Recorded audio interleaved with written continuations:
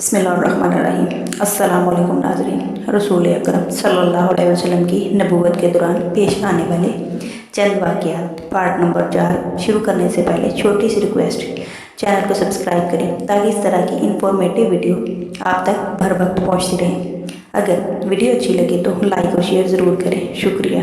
हज़रत अब्दुल्ला ज़ुलजबादीन रज़ी अल्लाह तआला अन्हु के ईमान लाने का वाक़या।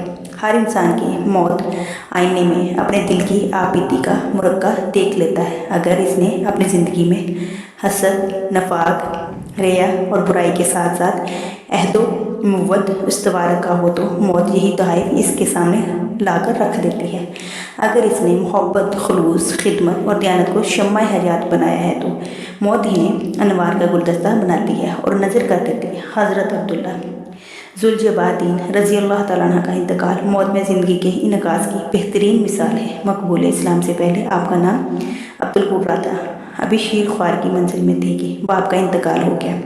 वालदा नहायत गरीब थी, इसलिए चचा ने परवरिश का बेड़ा उठाया। जब जवानी की उम्र को पहुँचे तो चचा ने ऊँट, बकरियाँ, ग़ुलाम, सामान और घर बार देकर ज़रूरियात से बेनियाज कर दिया। हिजरत नबी सल्लल्लाहु अलैहि वसल्लम के बाद तौहीद की सदाएं अरब के गोशे गोशे में गूंजने लगी थी।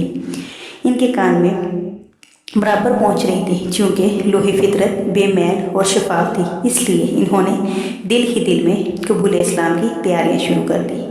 इस्लामी आवाज़ जो अरब के किसी गोशे में बुलंद होती, इनके लिए ज़ौक़ व शौक़ का ताज़ियाना बन जाती। कबूल इस्लाम के लिए हर रोज़ कदम बढ़ाते, मगर चचा के खौफ से फिर पीछे हटा लेते। इन्हें हर वक्त इसी का इंतज़ार रहता था कि चचा इस्लाम की तरफ माइल हों तो ये भी आस्ताना हक़ पर सर तस्लीम खम करें।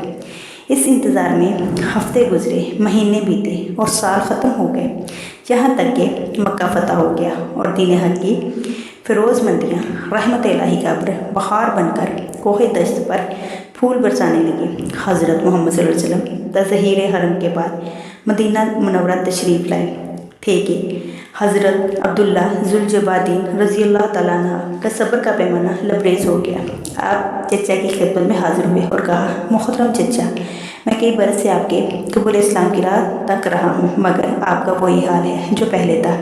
अब मैं अपनी उम्र पर ज़्यादा एतमाद नहीं कर सकता। मुझे इजाज़त दीजिए कि आस्ताना इस्लाम पर सर रख दूँ। हज़रत अब्दुल्ला ज़ुलजबादीन रहमतुल्लाह अलैह को जिस बात का ख़तरा था वही हुआ।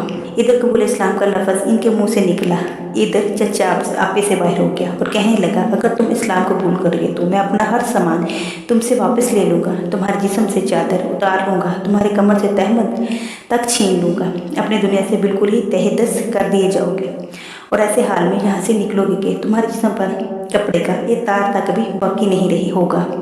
नाज़रीन, हज़रत अब्दुल्ला ज़ुलजबादीन रज़ी अल्लाह तआला अन्हु की हालत का अंदाज़ा कीजिए। चचा के अल्फाज से इन्हें मालूम हुआ कि गोया अल्लाह ताला ने मौजूदात आलिम को एक मेंढा बनाकर इसके सामने रख दिया है और फिर हुक्म दिया है कि ये है तुम्हारी ज़िंदगी, इसे हज़रत इब्राहीम खलीलुल्लाह अलैहिस्सलाम की तरह ज़िबा करो। हज़रत अब्दुल्ला ज़ुलजबादीन रज़ी अल्लाह तआला अन्हु एक लम्हे की ताख़ीर किए बगैर इसने ज़िबा अज़ीम के लिए तैयार हो गए और फरमाया, ए कौम मोहतरम, मैं मुसलमान ज़रूर होऊंगा, मैं हज़रत मोहम्मद सल्लल्लाहु अलैहि वसल्लम की ज़रूर इत्तबा करूँगा। अब मैं शिर्क व बुत परस्ती का साथ नहीं दे सकता। आपका ज़र्रो माल आपके लिए मुबारक और मेरा साथ इस्लाम मेरे लिए मुबारक। थोड़े दिनों तक मौत इन चीज़ों को मुझसे छुड़ा देगी, फिर ये क्या बुरा है कि अगर मैं आज खुद ही इन्हें छोड़ दूँ। आप अपना सब माल व असबाब संभाल लें, मैं इसके लिए दीन हक़ को कुर्बान नहीं कर सकता। हज़रत अब्दुल्ला ज़ुलजबादीन रज़ी अल्लाह तआला अन्हु ने यह कहा और चचा के तकाज़ा के मुताबिक अपना लिबास उतार दिया, जूते उतार दिए, चादर उतार दी और इसके बाद तहमद भी उतार कर इसके सुपुर्द कर दिया। फिर चचा के भरे घर से इस तरह निकले कि अल्लाह वाहिद के नाम पाक के सिवा कोई भी और चीज़ साथ ना दी। मैं हूँ वो गर्म रूह, राहे वफा जो खुर्शीद साया तक भाग गया, छोड़ के तनख्वाह मुझको। इस हाल में आप रज़ी अल्लाह तआला अन्हु अपनी माँ के घर में दाखिल हुए। माँ ने इन्हें मादरजात बरहन्ना देखकर आंखें बंद कर ली और परेशान होकर पूछा, ऐ मेरे बेटे, तुम्हारा क्या हाल है?